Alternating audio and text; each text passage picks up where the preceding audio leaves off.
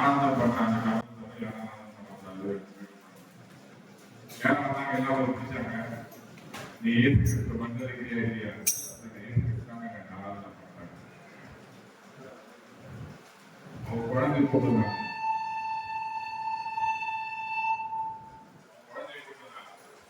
இந்த குழந்தை வந்து என்ன பண்றோம்? வளர்க்குறோம். நீங்க ஆனந்த வந்திருக்கீங்க இல்லைங்க. அந்த குழந்தை இருந்துச்சு. குழந்தை ஒரு அதே போல மனைவி கடைசியா இவரே என்ன பண்றாங்க? அப்ப அந்த குடும்பம் ஏற்று கூட ஒரே குடும்பம் தான். அப்ப இவர்களை கொலை செய்ய உத்தரவிட்டார் கிராமத்தில். அவருக்கு இது வந்து மைண்ட்ல ஓடிட்டே இருக்கு. என்ன ஜீவனையே கொடுக்கிற அளவுக்கு என்ன பண்றாங்க? அவங்க ஆயத்தமா இருக்காங்க. அவங்க குறித்து அறிந்து கொள்ள வந்து ஆராய்ச்சிக்கப்பட்டு அந்த கிராமமே என்ன பண்ணிச்சாங்க? அந்த குறிப்பிட்ட பகுதியை ஆளுநர் ஏற்றுக்கொண்டு அப்போ பர்சிக்யூஷன் ஒவ்வொருத்தரும் வரும்போது சபை என்ன பண்ணுது? இப்ப எடுத்துக்காட்டு வேலை வாசிக்கும் போது குறைவன் வீட்டுக்கு போடுறாரு. அங்க எல்லாம் அதெல்லாம் செஞ்சுட்டே இருக்கிறாரு. பாத்திரம் செய்யறாரு. அங்க ஒரு பிரச்சனை பண்ணாரு. மறுபடியும் பரவாயில்ல நல்லா இருந்து அப்படின்னு இப்படி விட்டுறாங்க. மறுபடியும் அதை உடச்சி உருவாக்குறாரு. ஒவ்வொருத்தரும் வரும்போது என்ன வந்து சபை இப்ப ரீசெண்டாக போன மாசம் ஒரு வார்த்தை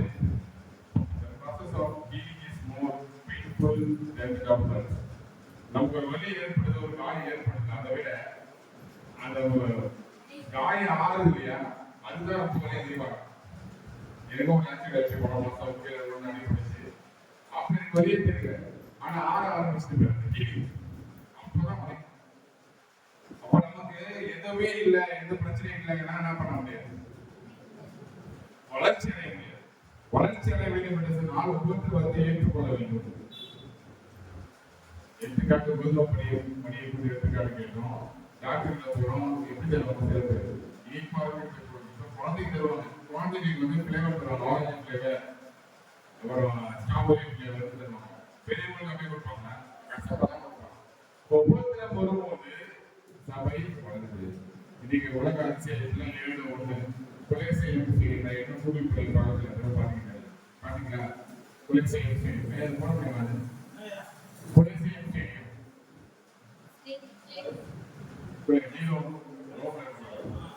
யூடியூப்ல போடலாம்.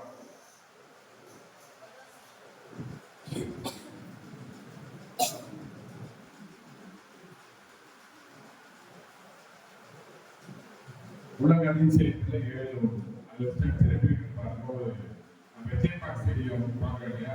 அதே போல அந்த காலத்துல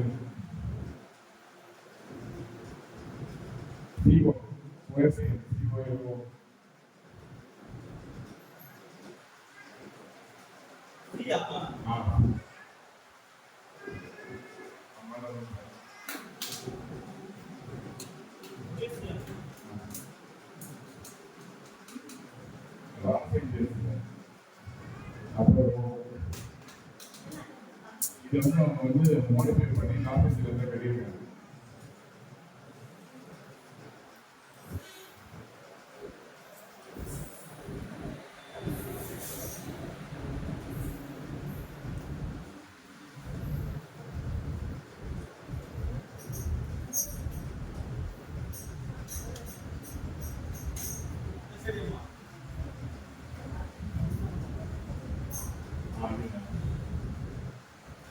எப்போ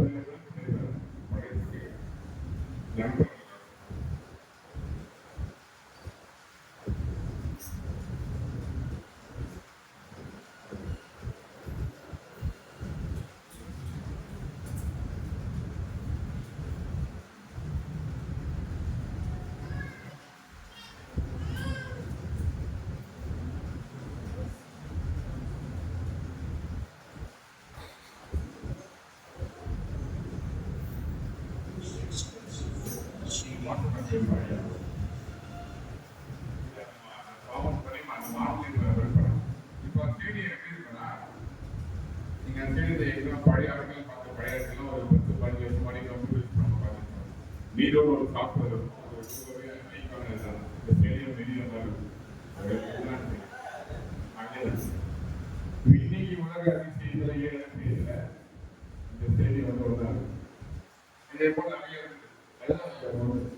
இதுல வேலை என்ன பண்ணாங்கன்னா, இப்ப எல்லாம் சேர்ந்து அண்டர் வெளியா இருக்குல்ல, அதுல வந்து பசியான மிருகங்களா இருக்கும், சீக்கம் புலியா இருக்கும். யாரெல்லாம் ஆர்வம் ஏற்றுக்கொண்டாங்களோ அதை நடுவில் விட்டுட்டு ஸ்கூல்ல கிடைக்க போனாங்க. மிருகங்களை அவங்க இருக்கிறோம். இது பசியா இருக்கிற மிருகம் பெருசு கடி சாப்பிடுறது, அதை பார்க்கறதுக்கு முன்னே என்ன போனோம், உட்காந்து பார்த்து ஆகணும். அப்புறம் சண்டை போட வைப்பாங்க. ஏன்னால பலசாலி கூட இவங்களை 10 நாள் 15 நாள் சாப்பிடாம வச்சுட்டு இவங்களை போய் சண்டை போட்டுருக்கணும், அடிச்சே பண்ணணும். இப்ப இது வந்து ஒன்னாவது ஒரே எடுத்துக்காட்டு. இது இல்லாம தூள்ல கட்டி போட்டுருவாங்க. யாரெல்லாம் ஏசு கிறிஸ்து வெயிட் பண்ணாங்களோ தூள்ல கட்டி போட்டு கொடுத்துருக்கணும். அந்த வெளிச்சத்துல வேலை செய்யணும். நம்முடைய ஜீவன் என்பது ஒரு மிருகத்தை விடவும் ரொம்ப மோசமான சொல்றாங்க. இப்படி சபை அநேக உபத்திரவங்களை கடந்தது. இது ஒரு குழந்தை இருந்துச்சு, நடிகை டாக்ஸ் அவங்க அவங்க சொத்துக்கெல்லாம் பயன்படுத்தப்படுங்க. இப்படி எண்ணற்ற ஒவ்வொரு ராஜாவர்களும் ஒவ்வொரு காரியங்களை செஞ்சு என்ன பண்ணாங்க. அது முடிவு என்னென்றால் சபை வாழ்வது, அப்ப நமக்கு நம்ம வாழ்க்கையிலே ஒரு நம்ம வளர்ந்து வரணும். மனை உபத்திரவத்தை காட்டுவோம். அதே போல உபத்திரவம் இருக்கும்போதுதான் சபை வளர்ந்தது. எப்படி வந்ததுனால் சில பேர் பின்பாக இருப்பாங்க, பயந்து ஓடி இருப்பாங்க, ரசிக்கப்படுவாங்க. உறுதியாக இருக்கிறவங்க செஞ்சு இருப்பாங்க. என்ன பண்ணிப்பாங்க, தைரியமாய் கடவுள் ஜீவனையும் கொடுத்திருப்பாங்க. அப்ப சபை வளருது. வேற நடந்திருக்கோம், வேற நடந்திருக்கோம்.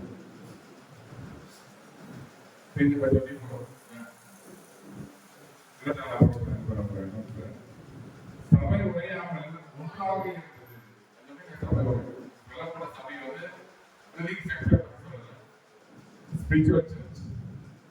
சபை அதாவது உண்மனத்தோடு காணப்பட்டது. சபையில சபை மக்கள் அங்க இருந்தவங்க உண்மனப்பட்டவர்களாய் ஐக்கியமாய் அவர்கள் காணப்பட்டாங்க. மூன்றாவது, உபத்திரவத்தின் நாட்களில் கிறிஸ்துவை மறுதலித்தவர்கள் மறுபடியும் மாநிலர்களாகவே இவர்களை சபைக்கு வெளிப்படுத்தப்பட்டது. இப்போ நம்ம ஒரு பிரச்சனை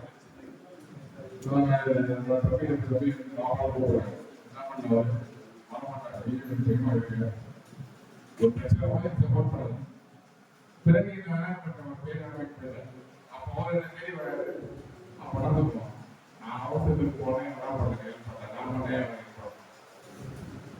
இங்கே அடுத்த சம்பவம் என்ன சொன்னால், 30 நாட்கள் பயந்து பயந்து ஓடினார். 30 நாட்கள் முடிந்த பிறகு மன்னன் வந்தது. சூழ்நிலை வந்து நீங்க கிளாஸ்ல கூகுள் பண்ணி பார்த்தீங்கன்னா அந்த விஷயங்கள் வரலாறு என்ன படம்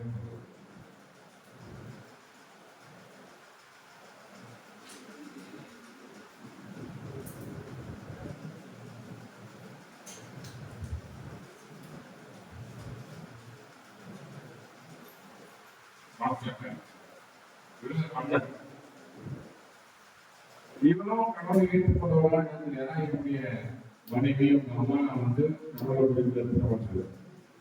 இவருடைய வாழ்க்கை எப்போது மாறினது அப்படின்னு பார்க்கும்போது,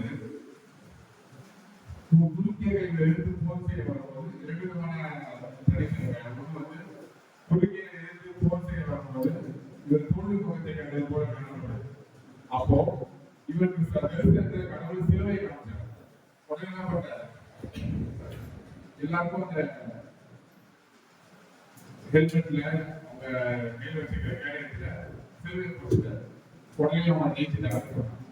இன்னொரு நிகழ்ச்சியில் என்ன சொல்றாங்கன்னா, இரவு வேலையில அந்த தலைமையை சுருக்கிட்டாங்க. என்ன பண்ணிட்டா தற்கொலை பண்ணி செஞ்சுட்டா இவங்க வந்து ஜெயிச்சுட்டாங்க. கர்த்தர் கொடுத்த தரிசனத்தினாலதான் சொல்லி அவங்க இயேசு போனாங்க. இது அப்படியே இருக்கும். நான் ஸ்கூல்ல படிக்கிற 1453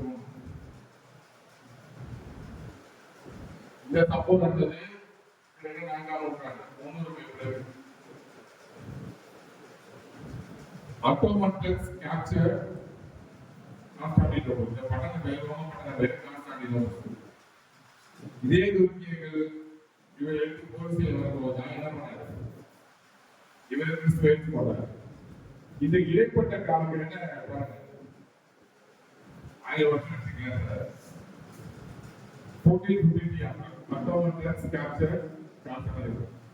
இந்த சம்பவத்துடைய ஒரு மிகப்பெரிய ஒரு வரலாறு நம்முடைய சம்பவம்.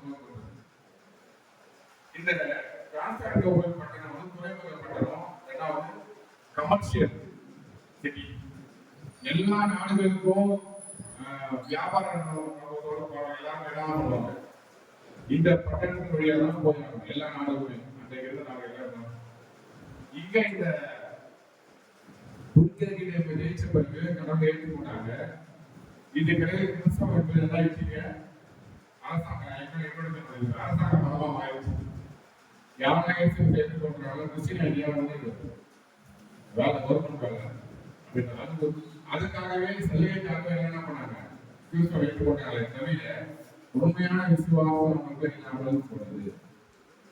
ஆனா இவருடைய காலத்துல தான் பார்க்கும்போது நிறைய மாற்றங்களை கொண்டு வந்தார். கிறிஸ்தவனுடைய விழாக்களை குறித்து விக்கிரகாராதனை. ஆனா கொஞ்சம் கொஞ்சமா என்ன வந்துச்சுன்னா விக்கிரகாராதனை சமயத்திலே வந்தது. ஏற்கனவே உண்மையான விசுவாசத்தோட யாரும் நம்ம கடவுளை ஏற்றுக்கொண்டார்கள். ஏதோ சிலைகளை வந்தாங்க. ஆனா இவங்களுக்குள்ளே நான் சமையல உண்மையில விக்கிரகாராதனை எப்படி பண்ணுச்சு? சரி பண்ணுங்க. அப்படியே உலகத்தின் எல்லா வழக்குகளும் இவ்வளவு சமயத்துல வந்தது. ஆனால் கிறிஸ்தவமும் வளர்ந்தது தவிர உண்மையாக வீட்டில் கொண்டவர்கள் அதே போல சில பேர் என்ன பண்ணாங்க? ஏதோ பேர் இப்ப இதே போன்ற காலத்துல எல்லாம் நல்லா முதல்ல சொன்னேன். சபை வளர்ந்தது. ஆனால் பெர்சிக்யூஷன் இல்லை. அப்ப என்னாச்சு? சபைக்கான காலைகள் எல்லாமே திட்ட தெளிவா பண்ணாங்க. பேக்ரவுண்ட் ஒர்க்கு ஃபவுண்டேஷன் எல்லாம் நடந்தது. ஆனா சபை வளர்ந்துச்சா என்ன எனக்கு தெரியல.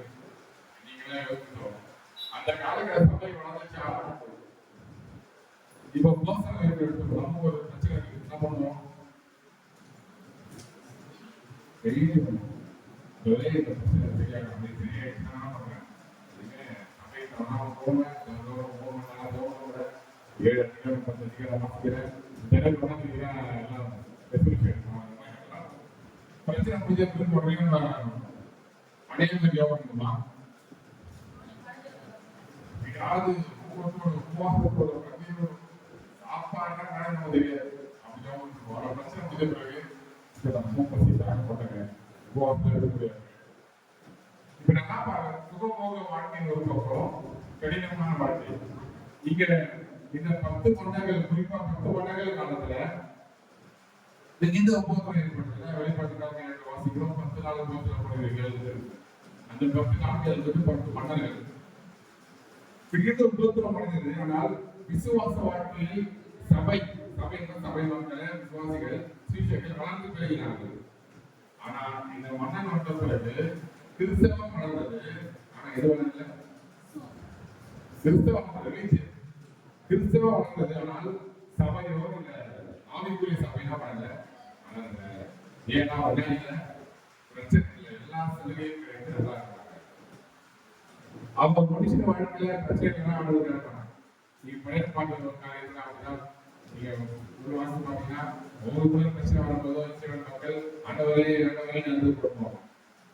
தண்டனை வாங்கிப்பாங்க. அப்புறம் என்ன பண்ணுவாரு? ஒரு மீன் திட்டம் உண்டாக்குவாரு, பலி செலுத்துவாங்க.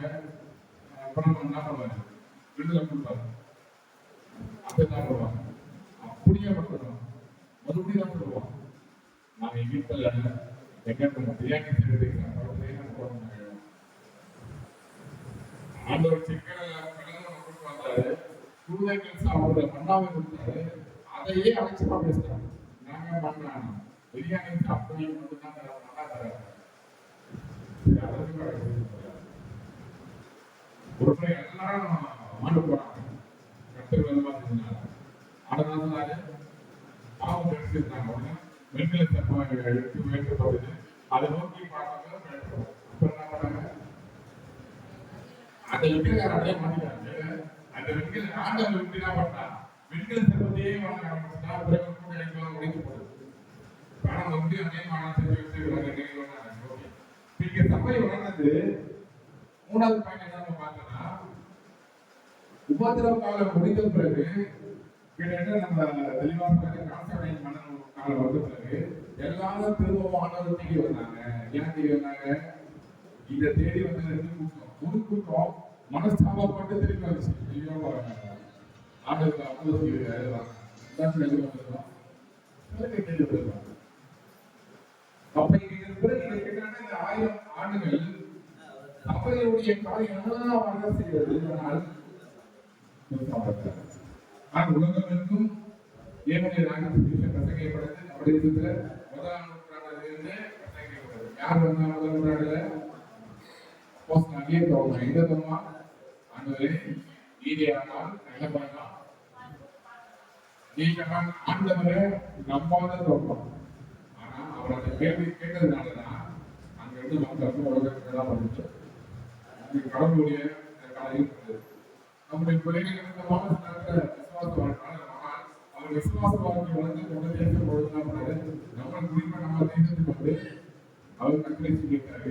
இப்போ முதலாம் நூற்றாண்டு நம்ம நம்ம அதை கடைசி படிக்கணும்னு கிறிஸ்டியானிட்டி இந்தியா. இங்கே இவருடைய பட்டணத்தில் பார்க்கும்போது கிறிஸ்தவம் வளர்ந்தது. என்ன வளரல? மனுஷனுடைய தனிப்பட்ட வாழ்க்கை சபை வளர்ந்தது.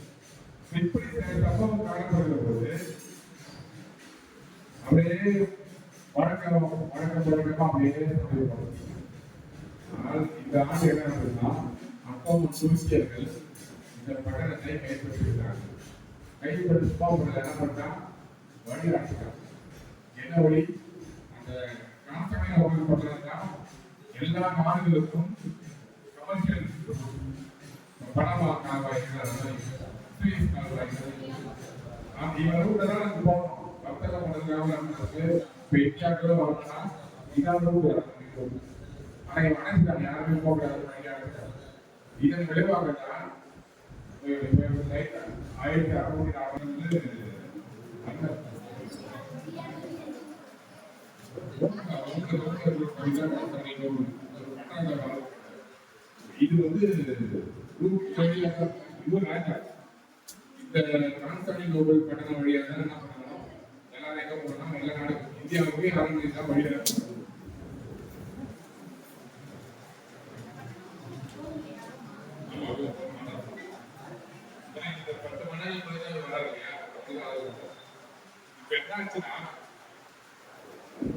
இந்த வழியை அடைச்ச பிறகு என்ன நினைக்கல?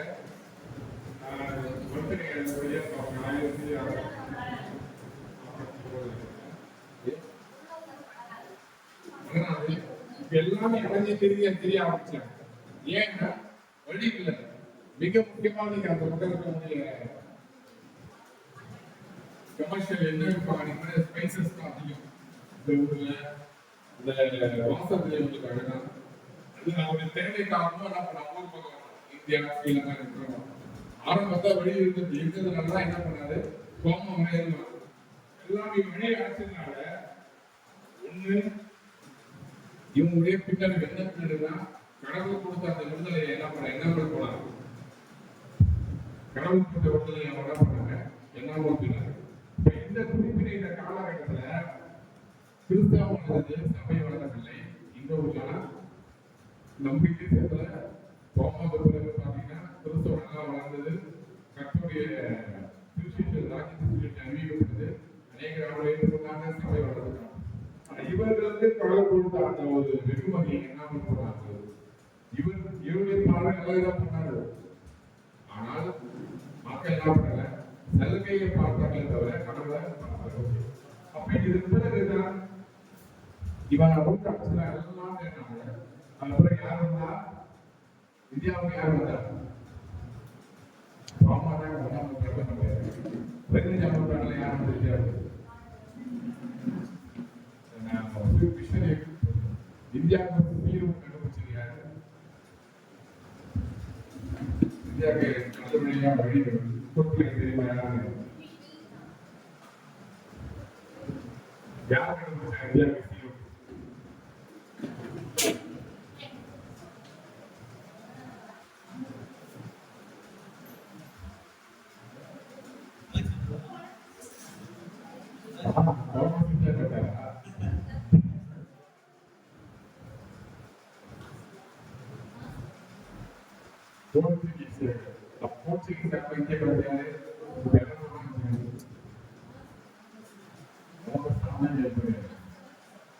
அவங்க வரவேற்ற மன்னன் பேரு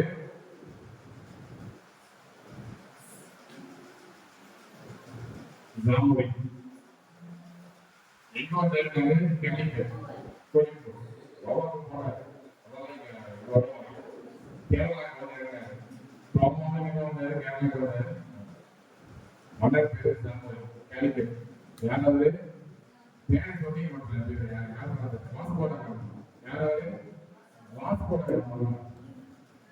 அவர்தான் முதல் முதலில் போர்ச்சுகீசியர்களுக்காக வழியை கண்டுபிடிச்சவர்.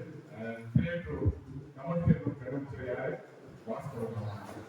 இது உலக வரலாறு. ஆனால் இது சபையோடு எப்படி கனெக்ட் ஆச்சுன்னா, இவன் கடவுள் கீழ்படி அமர்ப்பாங்க. மறுபடியும் அடிமையா போனா கட்டாயிடுச்சு. ஆனா பியூர்லி என்னுடைய நோக்கம் என்ன? பிசினஸ். மெயின் நோக்கம் பிசினஸ் தான். இவர்கள் மட்டுமல்ல, இங்கிலாந்து கிழக்கத்திய கம்பெனியோ அவங்களுக்கு விசேஷமா முக்கியம் கிடையாது. கிழக்கத்திய கம்பெனி எந்த ஒரு காரியத்தையும் இந்தியாவை அடிமை பண்ணாங்களே தவிர சபைக்கு பண்ணல, சப்போர்ட்லாம் பண்ணல. அவங்களோட விசேஷம் அறிவிச்சா இவங்க பிசினஸ் தடை பண்ண சொல்லி மிஷனரி மார்க் அமைக்க தான் வச்சாங்க. நீங்க ஷாப்பிங் மால் வில்லியம் கேரி பற்றி கேண்டில் லைட் நீங்க கூட அது வில்லியம் கேரி கல்கட்டா அறிவிக்க போறாரு. அவங்க என்ன பண்றாங்க? பெரிய கம்பெனி ராணுவத்தில் தடை பண்றாங்க. அப்ப இது இவரை ஃபாலோ பண்ணி ஓடுறாங்க. டச்சுக்காரர்கள் இங்கிலாந்து எல்லாம் வராங்க. ரீட்டாக பிடிச்சிருக்கீங்க யாருன்னா இங்கிலாந்து கம்பெனி அப்படி இருக்காங்க. இது பேருக்கு ஒரு ஆனால் முதல் இந்தியா தெரியுமா? சீக்கிரம் பாலம். சீக்கிரம் பாலம் முதல் இவங்க கண்டுபிடிச்சது. இது அவங்களுக்கு பயன்படுது. ஆனா இந்த ரூட்ல இதுக்கு பிறகு மிஷனரிகளும் வர ஆரம்பிச்சாங்க. என்ன பண்ணாங்க? மிஷனரிகளும் மிஷனரி மூவ்மெண்ட் ஆரம்பிச்சு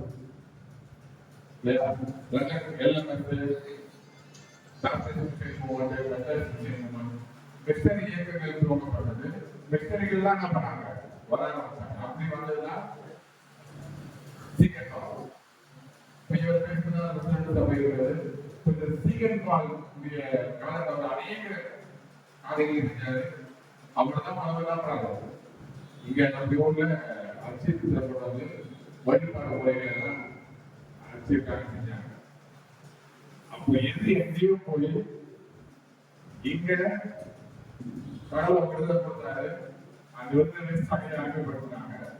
இதன் விளைவு சீருக்க வழி மார்க்கத்தை அடைச்சதுனால எல்லாரும் வழி கண்டுபிடிச்சாங்க.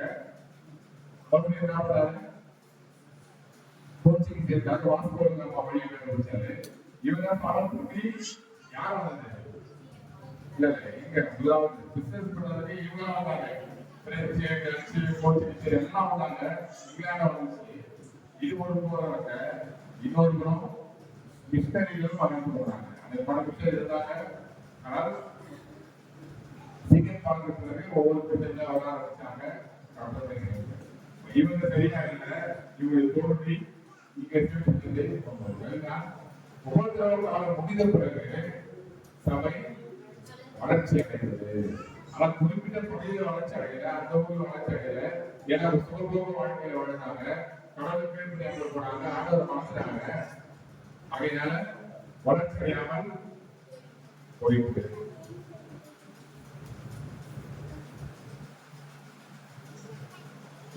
இந்த வருஷம் 1453 ஒவ்வொரு நாட்களில் கிறிஸ்தவர்களை மறுதளித்தவர்கள் மறுபடியும் ஆலயத்திற்கு வந்தனர். ஆகவே இவர்களை சபையில் ஏற்றுக்கொள்வது குறித்து அவையில் குழப்பம் ஏற்படுவது. இதன் காரணத்தினால திரும்பி வராங்க இல்லையா, அவன் ஏற்கலாமா அவன் உங்களுக்கு குழப்பம் ஏற்படுது. இப்ப ஏற்கனவே சாட்சிகளா வராங்க பாருங்க, அவங்க சொல்றாங்க ஒரு பகுதியாளர் இல்லைங்க அவங்க தவறு பண்ணாலும் ஆண்டவர் தேடி வளர்த்தாங்க, வீடு அசப்ட் பண்ண போறாங்க. இன்னொரு பேர் சொல்றாங்க ஸ்ட்ரிக்டா சப்போஸ் நாங்க பேர் இந்த மாதிரி அவர் வேணாம். இதனால ஒரு குழப்பம் சபையில உருவாக்கி கடைசி 75 பாருங்க, புரிதல் காலத்தில் அநேக கிறிஸ்தவர்கள் தங்கள் விசுவாசம் காரணமாக தங்கள் ஜீவன் போராட கிறிஸ்துவ மந்தளிக்காமல் அநேக சாட்சிகளாகவும் வைக்கிறார். எப்பொழுது புரிதல் காலத்தில் இன்னைக்கு ஒரு ஆள் பார்ப்போம்.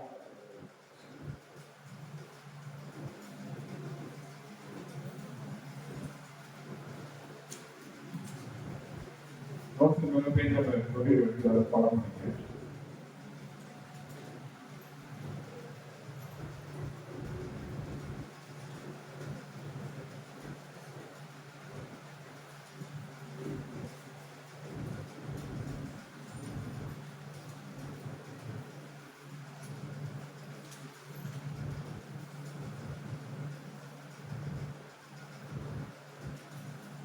மார்க்கஸ் அரேலியஸ் இவர் யாருன்னா, இவரு ஒரு துறவி. அவர் என்ன துறவி யாராவது துறவரம் மேற்கொண்டு நாட்டை என்ன பண்ணாரு, அவர் வழிநடத்துறாரு. நாட்டை அறிவு பிரச்சனை நம்ம எல்லாம் கடை போய் பார்ப்பாரு, மார்வயசுல போய் என்ன பண்றாங்க, நாட்டை பற்றி பல மக்களை பார்ப்பாரு. அவர் அவருடைய மனத்துல ஆழமானதாக காணப்பட்டாரு. மக்களுக்கு இறங்கி நிறைய நன்மைகள் செய்வார். சட்டம் வந்த போது கூட என்ன பண்ணாங்க, இவர் அவங்க செஞ்சார். 167 குறிப்பிட்ட கணக்கில் எழுதி இவருக்கு பிரச்சனை கழகம் மதிப்பானது இருக்கிறார். அதற்கு கொள்ளங்கள் வந்தது. உடனே ஒரு உறுப்பு சொன்னாங்க, இப்போ ஒரு பிரச்சனை வந்துச்சுன்னா, ஒரு சிங்காசனத்துக்கு பிரச்சனை வருது, ஒரு ஜனங்கள் எழுப்பி அட்டாக் பண்ணிச்சாங்க. நம்ம ஊர்ல என்ன வந்துச்சு, ஒரு யானை வந்துச்சு. இது காரணம் யாரு? ஸ்கூல்லாம் சில பசங்க வந்து அனுப்பி போனாங்க. எதுவுமே சம்மந்தம் இல்லாம சில பசங்க வந்து இருப்பாங்க. என்ன பண்ணுவாங்க, அவ்வளவுதான் போட்டுருவாங்க. அதே போல இங்க ஒரு கூட்டம் அவங்கிட்ட போய் ஆலோசனை போட்டு என்ன ஆலோசனை போடுறதுன்னா, இந்த பிரச்சனை நடந்தது இல்லையா, இந்த பிரச்சனைக்கெல்லாம் யாரு காரணம்? ஆனா இந்த ராஜாவுடைய தோற்றத்துல மார்க்கஸ் அரேலியஸ் அரசாட்சி ஆரம்பிச்சு பாருங்க, 19 வருஷம் ஆலோசிச்சிருக்காரு. இந்த ஆண்டு ஆரம்பத்தில் ஒரு 7 ஆண்டுகள் நல்ல சூப்பர் ஆலோசனை பண்ணாரு. மக்களுக்கு எல்லாம் நன்மைகள் செய்வாரு, மக்கள் உதவி செய்வாங்க. எப்படி செய்வாங்கன்னா, அவங்க வந்து சார்ந்தவர்கள், கவர்மெண்ட் சார்ந்தவர்கள் எல்லாருக்குமே கிறிஸ்துவ ஏற்றுக்கொண்டவர்களுக்கும் நன்மை செய்வதாக காணப்பட்டாரு. ஆனால் இவருக்கு பிரச்சனை குழப்பாடும் போது இவருக்கு ஐடியா கொடுக்கிறாங்க, ஆலோசனை கொடுப்பவர்கள்.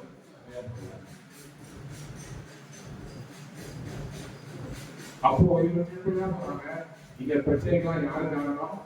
கிறிஸ்தவர்கள். இவங்க முடிச்சுட்டோம்னா எல்லாமே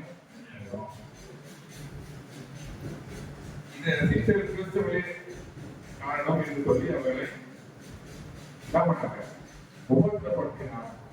இவனை தொடர்ந்து அவர் பின்வந்த மகன் மிகுந்த உபத்திரப்படுத்தினார். சாலமோனுடைய பையன் பேருங்க கணக்கு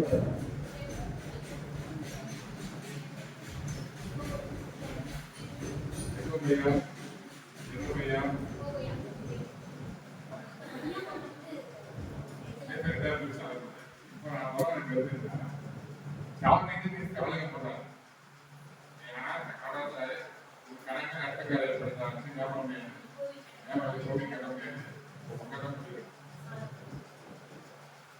எனக்கு ஒரு பாடம் எடுத்துருக்கேன். நான் ஹிஸ்டரி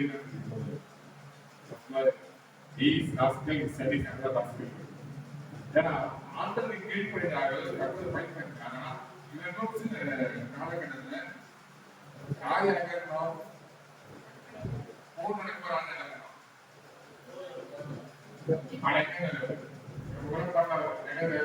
மாடி மரம் வீட்டுக்கு பார்த்துட்டு அது ஒரு பார்வையில பாவத்தை செய்வதற்குரியது. அப்ப அவங்க மகன் வந்தாரு, அவங்களும் வந்து என்ன பண்ணாரு, கோவில கடவுள் கோவில் கட்டாரு. ஆனால் நிறைய செய்தார் கடவுள். மக்களுக்கு நிறைய வரிகளை சொல்லிட்டாங்க. அவங்க பையன் வேணாலும் பையன் போய் கேட்கறாங்க, அப்பா கலந்து கஷ்டப்பட்டாங்க, என்ன பண்ணுவோம் உடனே அவங்க ஆலோசனை கேட்கறான். ஃபர்ஸ்ட் ஆலோசனை யாரு கேட்கறான், மூத்த மக்கள் கிட்ட கேட்கறான். அவங்க என்ன சொல்றாங்க, ஓகே நிறுத்து, அவங்க நல்லது செய்யறாங்க.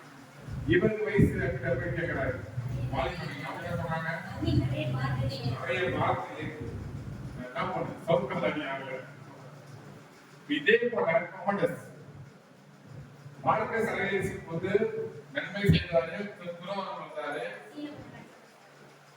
ஆனால் உபத்திரம் வரும்போது, அவருக்கு தனிப்பட்ட காரியங்கள் வரும்போது, நாட்டில் பிரச்சனை ஏற்படும்போது, இது எல்லா பழையும் அப்படியே கிறிஸ்தவ மனசு வந்து உபத்திரம் படுத்தினாரு.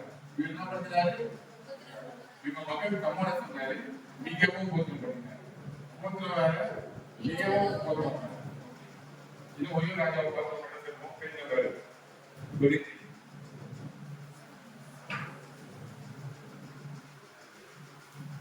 செப்டிமஸ் செவரஸ் 133 வருஷத்துல இருந்து 211 கேட்கிறாரு. இவன் ஆட்சி உபத்திரம் இல்லாம தான் இருந்தது. கிட்டத்தட்ட 10 ஆண்டுகள் அவங்க சுகபோகமா வாழ்ந்தாங்க. ஆனால் 207ஆம் ஆண்டு வாழ்ந்த வருஷம் பாப்பீங்க 193 211 வரைக்கும் அவர் ஆளுகை செய்யறாரு. 202ல ஒரு சட்டம் கொண்டு வந்தாரு. என்ன சட்டம், யாரும் என்ன பண்ண முடியாது, கிறிஸ்தவத்துக்கு மாறப்பட்ட சட்டம் கொண்டு வந்தாரு. இது அவங்க கூட ஆலோசனை கொண்டு தரவு. ஆனா முதல் 10 வருஷங்கள் 10 இயர்ஸ் எப்படி எந்த ஒரு பிரச்சனையும் இருந்தாங்க, வீட்டுல ஜெபம் இருக்க மாட்டாங்க, 2 மாசம் இருக்க மாட்டாங்க, ஆண்டவர் தெரியவே மாட்டாங்க. படிப்பாங்க, ஐயோ ஆண்டவரே நான் அப்ப என்ன சட்டம் வந்தது, மதமான தடை சட்டம் கொண்டு வந்தது. யாரும் பிரசவத்துக்கு மாறக்கூடாது. ஒண்ணு. இரண்டாவது, யாரெல்லாம் கிறிஸ்துவ அறிவிக்கிறாங்களோ அவங்களுக்கு தண்டனை கொடுக்க கவர்னருக்கு கடிதம் அனுப்பினார். யார் ராஜா. அதனால இங்க நடந்த சம்பவம் என்னன்னா, இயேசு கிறிஸ்துவை சுவிசேஷ அறிவிச்சவர்கள் ஊழியக்காரர்களோ கிறிஸ்தவர்களும் அழைக்கப்பட்டாங்க, திருச்சாலையில் அழைக்கப்பட்டாங்க. பிரச்சனை வந்தது.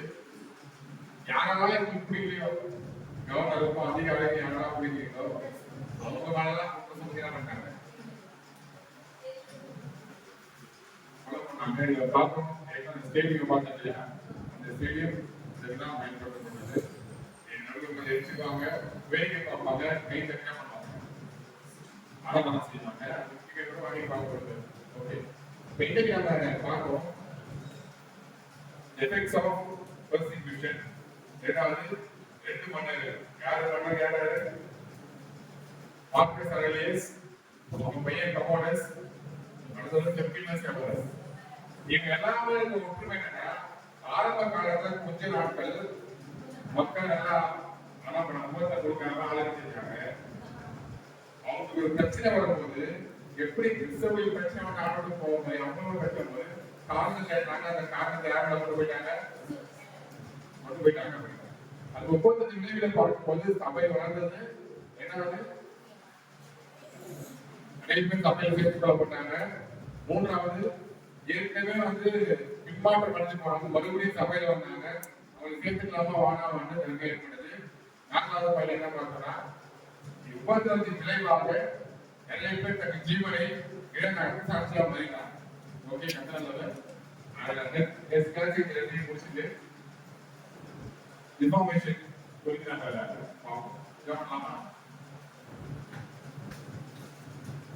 கண்டு முடிவோம்.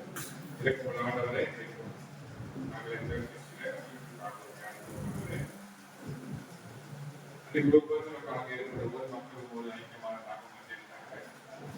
விடுதலை கொடுக்கும் போது அந்த விடுதலையை அவர் சரியா பயன்படுத்தாமல் போனதுனால மறுபடியும் 1000 ஆண்டுகள் கழித்து துருக்கிற்கு அடிமையாக விளைவாக இந்திய தேசத்திற்கு கண்டுபிடிக்க எதுவாக அதற்கு விளைவாக கூட தகவலே உங்களுடைய விஷயங்கள் வந்து எங்கள் தேசத்திற்கு நீங்க எங்களுடைய வாழ்க்கையை தொடர்ந்து நாங்கள் ஐக்கியமாக இருக்கோம். இதை பொழுது விடுதலை நாங்கள் பயன்படுத்திக் கொள்ள மாணவர்கள் எல்லாரும் கற்றுக் கொடுக்கிறோம்.